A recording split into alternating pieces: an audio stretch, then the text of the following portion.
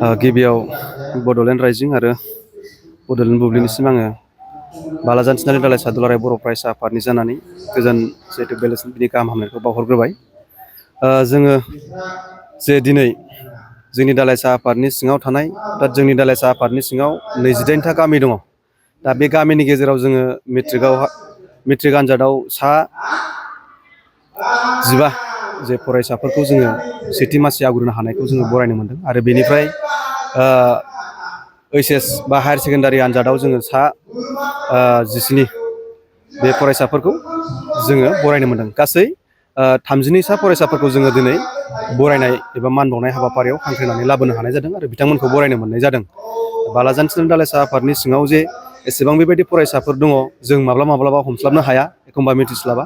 अर्थात जोंनि जितु एबसुनि जिबायदि डाइरेक्सन, दुलाराय बर' फरायसा आफादनि जितु डाइरेक्सन, जोंनि फरायसाफोरनि डाटा कालेक्सननि गेजेरजों जोङो जे जोंनि फरायसाफोरखौ बा जोंनि ओनसोलनि सिङाव थानाय बा जोंनि दालाइसा आफादनि सिङाव थानाय फरायसाफोरखौ जे कालेक्ट खालामनायनि गेजेरजों, बिथांमोननि डाटा खारि खालामनायनि गेजेरजों जोङो दिनै बिथांमोनखौहाय बेसेबांहाय सेथि मासि आवग्रिनो हानाय फरायसाफोरखौ जोङो मोननो हादों। थांनाय बोसोराव जोङो अर्थात बुंनो थाङोब्ला जोङो थांनाय बोसोराव बिनिफ्राय जोङो बांसिन मोननो हादों। 34 ना 36 बेबायदि फरायसाफोरखौ जोङो थांनाय बोसोराव जोङो बरायनो हादों आरो नै देग्लाय 32 सा फरायसाफोरखौ जोङो बरायनो हादों। अर्थात देग्लाय मेट्रिक आनजादाव एसे खम जादों फरायनाय जौखोन्दोआ, मेट्रिक फार्स्ट डिभिजननि जौखोन्दोआ एसे खम जादों। बुंनो थाङोब्ला जोङो थांनाय बोसोरनिफ्राय देग्लाय एसे खम जादों होननानै जोङो बुंनांगोन। मानो होनोब्ला जों जायफोर फरायसाफोरखौहाय जोंनि जितु डाटा कालेक्सन खालामनायनि गेजेरजों जोंनि जितु दुलाराय बर' फरायसा आफादनि डाइरेक्सन बायदियै जितु जोङो बिथांमोननो जितु मोनसे फरायनायनि थाखाय मोनसे हामलायथि बिलाइ राननाय, जे एग्जामनि थाखाय प्रिपेरेसन खालामनांगौनि थाखाय जोङो जितु लाइजाम राननाय, बे राननायनि गेजेरजों जोङो गोबां फरायसाफोरखौ जोङो आसा खालामदोंमोन। अर्थात जोंनि जितु डाटा खारि खालामनायनि गेजेरजों जोङो बेसेबांखौ मोननो लुबैदोंमोन जे बा आसा खालामदोंमोन, जोङो गैयाब्लाबो मेट्रिकआव जोङो 20 निफ्राय 22 सा जोङो बे फरायसाफोरखौ सेथि मासि आवग्रिनायखौ जोङो मोनगोन होननानै आसा खालामदोंमोन। नाथाय बे आसा खालामनाया दिनै जायासै, 15 साल' जोङो मोननो हानाय जाबाय, बेबायदि जादों।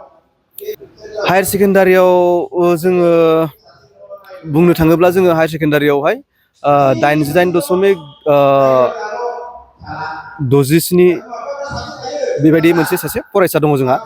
दलजरा, गामिया दलजरा, जोंनि दालाइसा आफादनि सिङाव थायो। बिथाङा बड'लेण्ड स्टार एकाडेमिनिफ्राय, बिथाङाबो बेयाव बाहागो लाफैदों जोंनि हांख्रायनायखौ फेलें खालामालासे। दिनैनि जे जोंनि दुलाराय बर' फरायसा आफादनि बा बालाजान थिनालि दालाइसा दुलाराय बर' फरायसा आफादनि बानजायनायाव जे मोनसे बराय फोरबो लानाय हाबाफारि, बेयाव बाहागो लाफैदों, बिथाङाबो दंफैयो।